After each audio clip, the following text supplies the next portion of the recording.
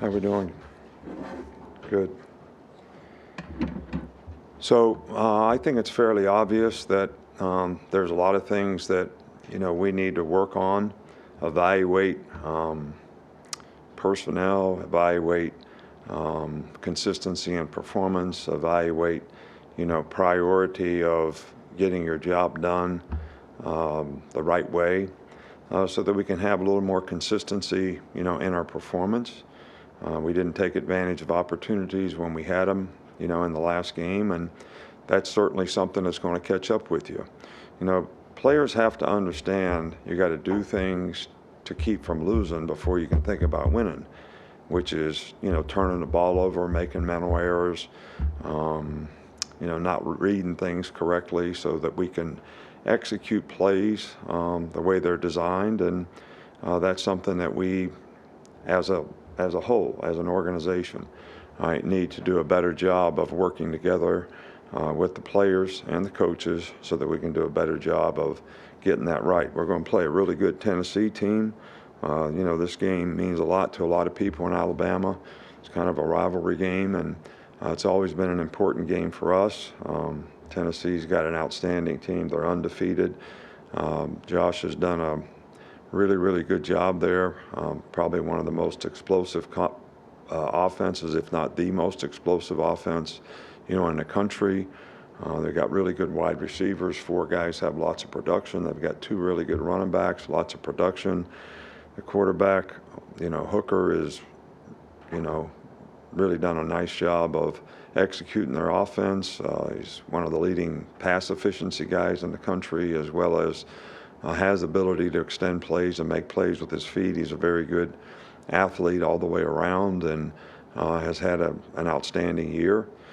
Their defense is, one of the top defensive teams, especially in terms of creating negative plays and making people difficult for them to score. 17 points a game is, really good and one of the tops in the SEC. And they're always really solid with their specialists and on special teams. So this is a really, really good team, a real challenge for us. And our priority has to be, we got to get it right ourselves, and so that we do a better job of putting ourselves in positions of having a chance to be successful. And when we do that, we got to take advantage of it. We'll start over on the right with Chase. How has J.C. Latham been playing at right tackle here lately, and how would you evaluate the offensive tackle play as a whole to date? I think J.C. has done a good job all year. He's a passionate guy, tries to play physical, and he's made nice improvement throughout the year.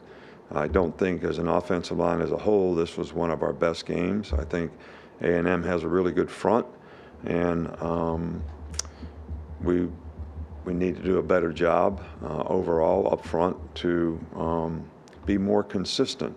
We make yards rushing, but how many positive plays versus negative plays? And a negative play to me means you don't gain 3 yards or more. So that consistency, we need to continue to work on. Michael, right? Left. What's the latest on Bryce Young's status?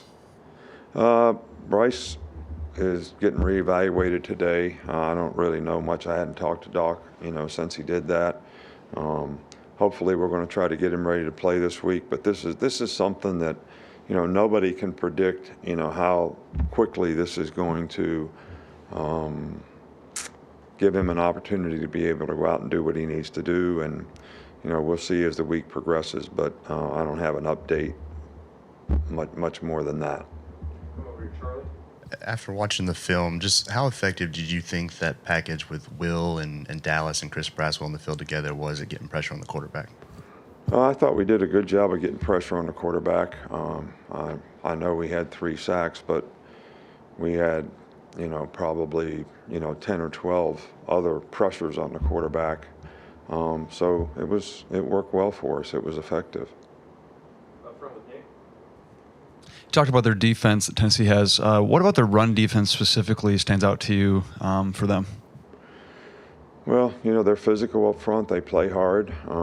They're aggressive in terms of their style of bringing people create negative plays. They tackle well, they play hard, they play well together. So they have a good understanding of, what they're trying to get done on each call. So they're a good front seven.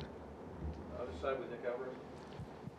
What could the wide receivers do to make Jalen or Bryce's job a little easier in keeping the passing game consistent?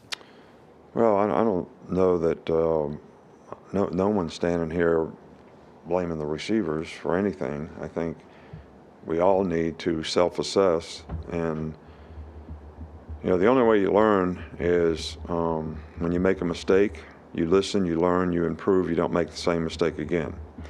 And we need to play better at all positions on offense relative to what we did in the last game, and I think most of the players would probably tell you the same. So I can't really say that the receivers didn't do what they were supposed to do. Could they do it better? Absolutely. Could we get better play at every position, whether it's quarterback, wide receiver, whatever? Absolutely. So that's what we're trying to focus on so that we can have more consistency running the ball and passing the ball. We'll stay over there with Katie. Coach, you talked about turnovers a little bit in your opening statement, and obviously you've still won all your games this year, but how challenging is it to win games when you have a negative turnover margin, and how much is that something you want the offense and defense to improve on in this last half of the season? Well, we've been emphasizing it like crazy, and this is the first time in a long time we've had a negative turnover ratio at this point in the season. We don't get enough turnovers on defense, and we've given the ball up more than we have historically, and both of those things need to improve because it is very, very challenging. I've said many times before, one of the most compelling stats relative to winning and losing is turnover margin. And every week we show the players, okay, if you're +1, you're +2, you're +3, all over the country, what was the record? If you're -1, -2, -3, all over the country, what was the record? And it's pretty compelling. So, it's one of the, and the players understand that, and they understand the value of turning the ball over relative to the other team, what the average turnover in a season allows you to score. And when you get a turnover, what that benefits you in scoring. So these are very important factors that have been emphasized, and we just need to do a better job. In the back with Taylor. Hey, Coach. You're about midway through the season. Just overall, how do you feel about your team at this point in the year? Look, I believe in our team, but I believe in our team when our team does the things that they need to do to have a priority of doing their job. Because, everybody looks at people's flaws, and those things get exposed if you don't do things correctly. And I think the big thing that we need to do is make sure that we're doing things correctly, collectively as a group on a more consistent basis. When we do that, I think we have a very good team. When we haven't done that, we're pretty average. So it's kind of everybody's choice to try to get it right, and it's our responsibility as coaches to help them get it right. Stay over there with Mason. Number 11, Jalen Hyatt for Tennessee. He's top 5 in the SEC in both receptions and reception touchdowns. Just what do you see from him on film, and what do you plan for him going forward? Well, he's an outstanding player. He's got really good speed. Their offense spreads people out, and they take great advantage of spreading the ball around to all their skilled players. He in particular has made a lot of big plays, which they take a lot of shots, and they've converted a lot of shots. And one of the keys to the game is not giving up big plays, and that'll be really important for us if we're going to be successful against them on defense. And we're going to not only have to guard him, but about 3 or 4 other guys that are pretty good receivers as well. 2 more.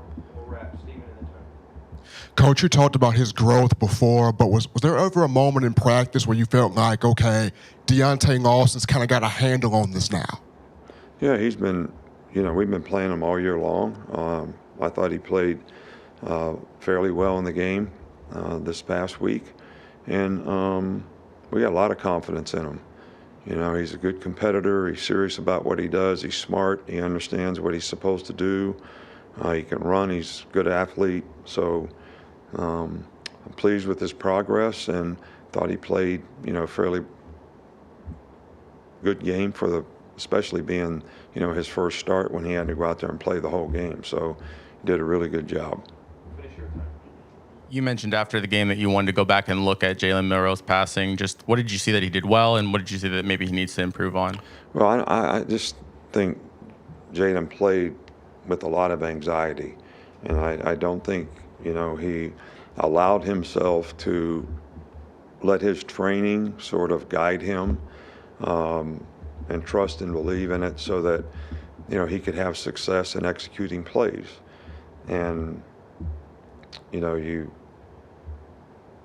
can't turn the ball over and not execute plays like they're designed relative to the read of what you should and shouldn't do. So those things are all things that we need to definitely improve on so that we can utilize all 11 players on our offensive team. We got skilled guys that can make plays. We got to, you know, distribute the ball at the quarterback position so they can. And whether it's a run or a pass or an RPO or an advantage throw, you got to make the right choices and decisions on those things. And I think we definitely need to improve in all those areas. Thank you.